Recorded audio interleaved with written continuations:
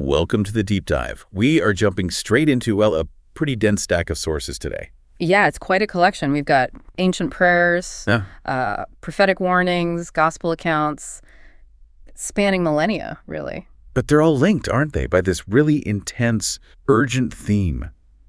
Repentance, judgment, and I suppose the cost of just ignoring the message. Absolutely. It's a powerful arc when you look at these texts like Baruch, Psalm 79, Luke 10, kind of in sequence. They lay out this cycle. The cycle. Yeah, disobedience, then consequences, this period of lament, and finally this immediate, non-negotiable call to action. It defined their world, and honestly, it still feels relevant. So our mission today is to sort of pull out the key insights, look at how sin and the response required maybe shift across these eras. Right, and try to understand why this call, first heard way back in exile, then later in Galilee, why it still feels so immediate for you, the listener, today. Especially with everything coming at us. Okay, let's unpack this. We're starting right in the thick of it, historically speaking. The book of Baruch, written during the Babylonian captivity. So people are literally living through disaster, war, defeat. But what jumps out straight away is, this isn't just one person saying, oops, I messed up. It's bigger than that. Much bigger. It's this massive corporate confession. And the language, flushed with shame. It's a deep psychological reckoning. And who do they blame? Or rather, who takes responsibility? That's what's fascinating. Everyone, they specifically name kings and rulers and priests and prophets and our ancestors. No one's spared. Including the leaders, kings, priests, prophets. That's huge, isn't it? No scapegoating the little guy? Exactly. It dismantles that possibility completely. They're saying it was a total systemic failure, every part of society. Wow. And they don't just blame the current generation either. The text says this disobedience, this failure, it's been going on from the time the Lord led our ancestors out of the land of Egypt until the present day. So not just a mistake, but a pattern, a generational pattern. That's a heavyweight. It is. And Baruch points to the cause, ignoring the Lord's voice, turning instead to the devices of his own wicked heart. It's internal, following your own flawed impulses over guidance. And the result? Well, the source is blunt. This led directly to the evils and the curse that the Lord enjoined upon Moses. They're connecting their current suffering right back to the foundations of their law. Which sets up the next source perfectly, right? Psalm 79. That linkage leads straight into the emotional fallout, the consequences. Yeah, Psalm 79 is just visceral. It paints this picture of what happens when that covenant is broken, when the curse hits. It's incredibly raw, one of the most powerful laments you'll find. It really is. It talks about invaders defiling the temple, Jerusalem in ruins.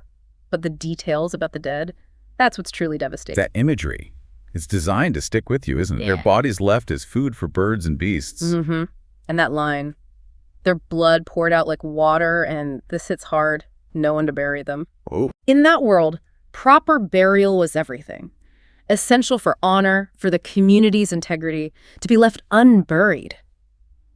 That's total contempt, utter collapse, socially and spiritually. Complete humiliation then. Physical destruction plus this social ruin.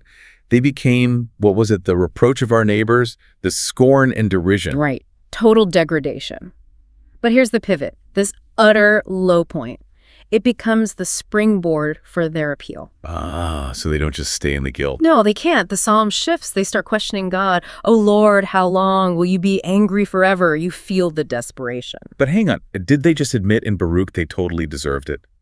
That they'd been sinful for generations, now they're asking, why are you still punishing us? Seems a bit contradictory. Well, they're lamenting the consequences, the ongoing pain. And that's what makes their next move so smart rhetorically. They know they can't appeal based on their own goodness. So what do? They beg God, remember not against us the iniquities of the past. They're asking for forgiveness they haven't earned. And here's where it gets really interesting. You pointed this out earlier. The appeal isn't based on them changing or promising to be good. Which, let's be honest, given the track record since Egypt they just admitted to, wouldn't be very convincing. Right. So instead, they plead over and over, for the glory of your name, deliver us for your sake. That's quite a move. It's like saying, look, we're a mess, we're brought low, but your reputation among the nations is on the line here. Exactly. It's genius born of desperation. Their deliverance becomes about God's honor, not their worthiness.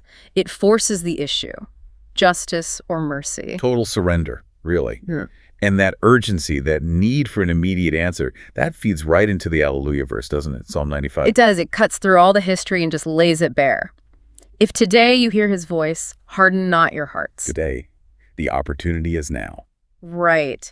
The problem isn't the lack of opportunity to respond. It's that human tendency towards a hardened heart, which Baruch already defined as turning inwards to our own wicked heart. Okay, so that ancient desperation, the warning against hardening your heart, that brings us forward quite a bit. Centuries later, different place entirely, Galilee. Luke 10, where Jesus gives his own warnings about essentially time running out. The source material changes, but that theme, consequences for rejecting the message, it's still front and center. And he targets specific cities. Chorazin, Bethsaida, Capernaum. Why them? That's the key question, isn't it? Because these are the places where the mighty deeds, the miracles happened, right in front of them. So these weren't like historically wicked places in the same way as maybe the old empires were. Not in the same way. These towns had immense spiritual privilege. They had a direct mystical encounter with the divine message through Jesus' actions. And according to Luke, they basically squandered it through indifference. And Jesus really hammers this home with that contrast he makes. Oh, yeah. It's shocking. He says if the same miracles had happened in Tyre and Sidon, these notorious pagan cities.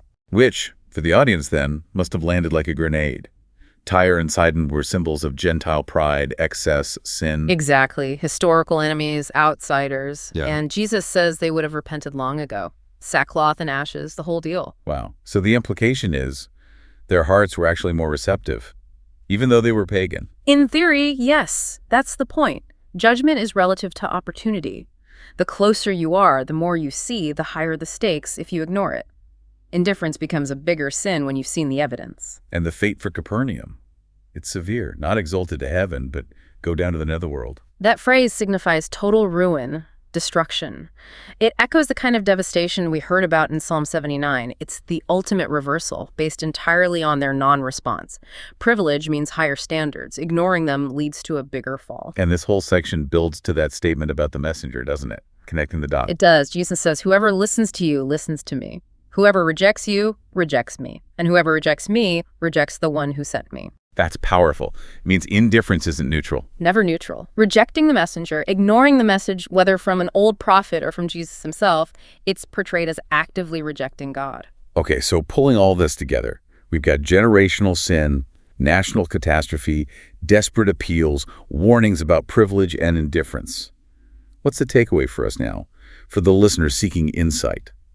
Well, the reflections we looked at really bring Baruch's historical weight and Luke's urgency into the present. The challenge becomes, don't remain indifferent to his word. Because the call is still urgent. It's still urgent because God's mercy is presented as active, wanting to transform lives before that window closes, like it did for Capernaum, you know? So the antidote to that wicked heart from Baruch, or the hardened heart from the Psalms, it isn't some massive national program, is it? No, it seems to boil down to something much more personal. A choice to start seeking. Remember Psalm 14, the Lord looks down to see if there are any who are wise who seek after God. And wisdom, in this context, is just seeking, taking that step. Precisely. It's the opposite of indifference. It's proactive. And the sources suggest that when you respond with that kind of faith, that seeking, that opens the door to grace, to blessing. That's the promise. It shifts the focus from this overwhelming historical burden to a manageable personal path. Okay, so wrapping up this deep dive, we tracked the weight of disobedience in Baruch, felt the raw consequences in Psalm 79. Understood the condition for mercy from Psalm 95, don't harden your hearts, act today. And saw the severe judgment for indifference, even with miracles in Luke 10. Yeah, we've seen that pattern. From huge corporate shame to this focus on personal accountability right now. Which leads to the question the materials pose directly to you, the listener. What specific step of repentance or change can I take today? Not tomorrow, not abstractly, but today. It moves it from theology to daily life. And maybe consider this as a final thought. Okay. We started with massive generational sin involving kings, rulers, entire peoples, leading to exile and ruin, epic scale. And we end by asking the individual listener about one single specific step they can take today. That's quite a shift in scale, isn't it? From that ancient national weight to this immediate personal accountability, the burden of history transformed into the urgency of right now. That's something for you to continue exploring. A deep dive indeed. We'll see you next time.